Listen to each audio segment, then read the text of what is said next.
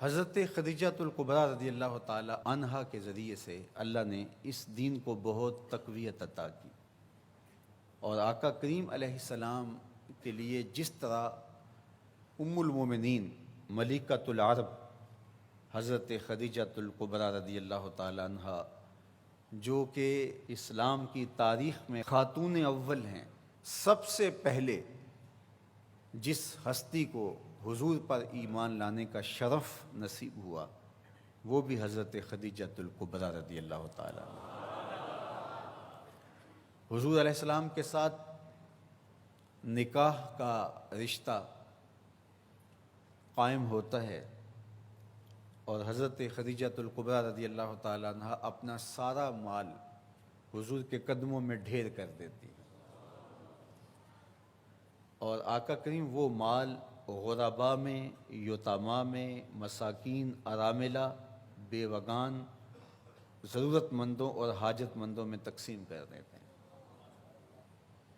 حضرت خدیجۃ الکبریٰ رضی اللہ تعالی عنہا کے مال کے ذریعے سے اللہ نے بہت زیادہ فائدہ پہنچایا انسانیت کو، اور حضور علیہ الصلوۃ والسلام کے کام اور کاج کو،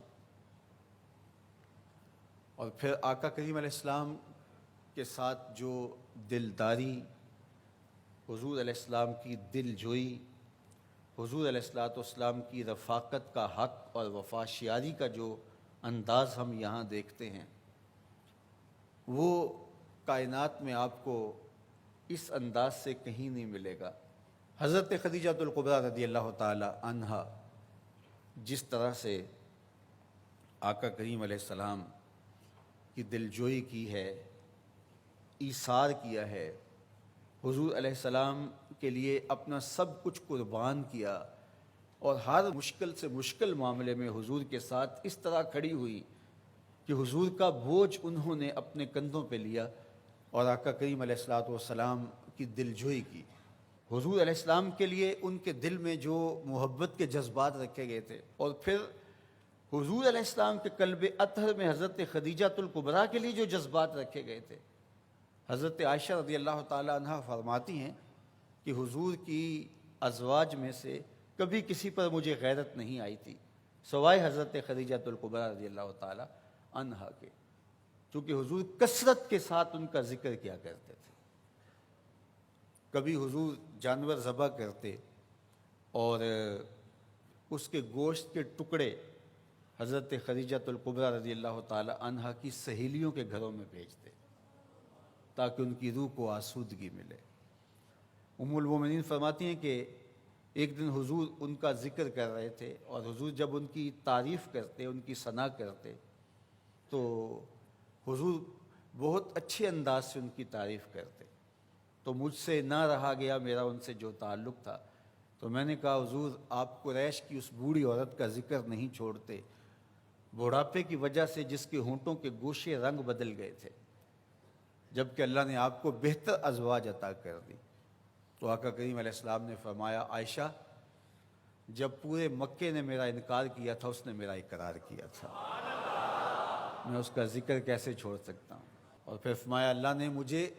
اس سے 6 اولادیں عطا کی، 4 بیٹیاں اور 2 بیٹے۔ حضور علیہ الصلوۃ والسلام کی ساری اولاد سوائے حضرت ابراہیم کے، باقی حضرت خدیجۃ الکبریٰ رضی اللہ تعالی عنہا کے بطن سے ہے، تو اللہ نے مجھے اس سے اولادیں عطا کی۔ بلکہ حضور نے ایک موقع پہ فرمایا کہ مجھے خدیجہ کی محبت کا رزق دیا گیا ہے، ان کی محبت اللہ نے میرے دل میں ڈال دی ہے۔ تو حضرت سیدہ عائشہ رضی اللہ تعالیٰ عنہ فرماتی ہیں پھر اس کے بعد میں نے کبھی بات نہیں کی۔ تو یہ وہ خاتون اس کو کیوں یاد نہ کرتے جنہوں نے ہر آڑے وقت میں، ہر مشکل لمحے میں حضور علیہ الصلوۃ والسلام کے ساتھ کھڑے ہو کر کے آقا کریم کی ڈھارس بندھائی، اور آقا کریم علیہ السلام کے لیے اپنا سارا مال پیش کر دیا۔ مکے کی متمول خاتون تھی، مالدار خاتون تھی، حضور کے نکاح کے بعد انہوں نے اپنا سارا مال حضور کے قدموں میں ڈھیر کرتے ہوئے کہا کہ یہ اب میرا نہیں آپ کا ہوا، آپ اس کو جہاں چاہیں خرچ کر سکتے ہیں۔ تو یہ تھی حضرت خدیجۃ الکبریٰ رضی اللہ تعالی عنہا۔